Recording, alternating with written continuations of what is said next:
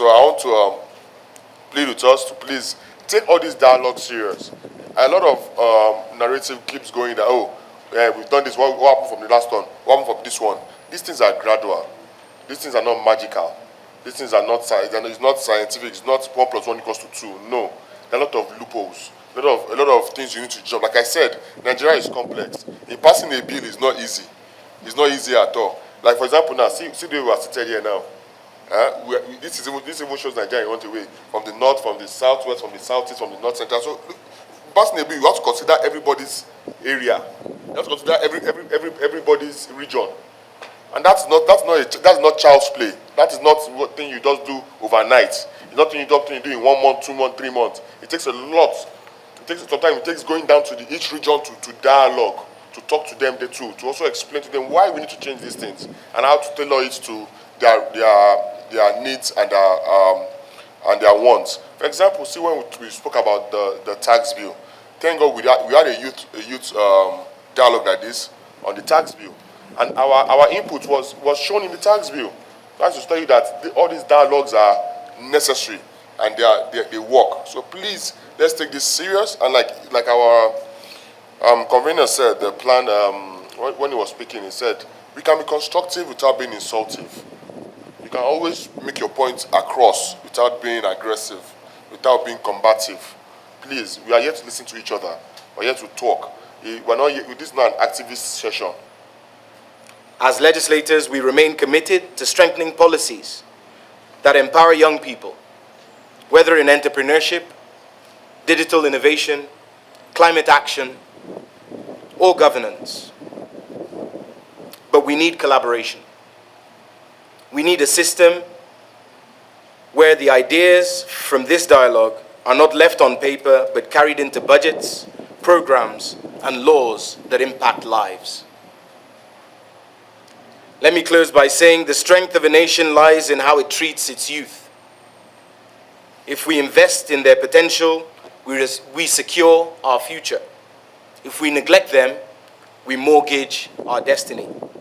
May the 2025 dialogue mark a turning point, a move from dialogue to decisive action, from aspiration to achievement. We also understand that there's an urgent responsibility to ensure that the creativity, energy, and resilience of our youth is not wasted, but harnessed for national transformation. We've heard from the youth what is happening, and that informed the State of the Nigerian Youth Report. So today we are going to launch that report. We are going to dialogue, so it gives us a mirror into the reality of young persons across Nigeria, across the 6 geopolitical zones. This report is not just about one zone or Abuja, but we went around all the 6 geopolitical zones to gather the data, and we are coming here today to discuss this data.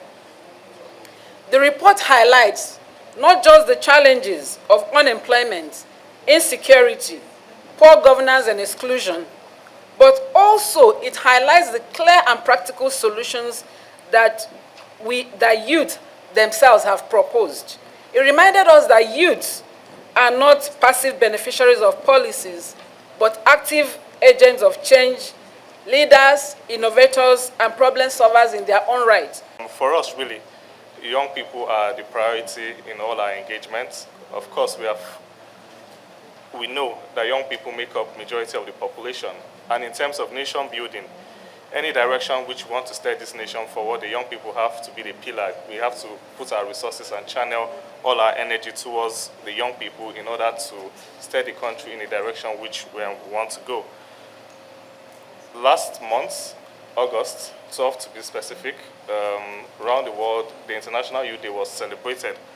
For us, we carried out a survey just to hear from young people, to hear their voices in terms of the nation. How are they feeling? How are they coping with the economic challenges? And in order to just harness their responses to get a report, a concrete report capturing all their responses, all their feelings, and the efforts which they make in achieving the SDGs.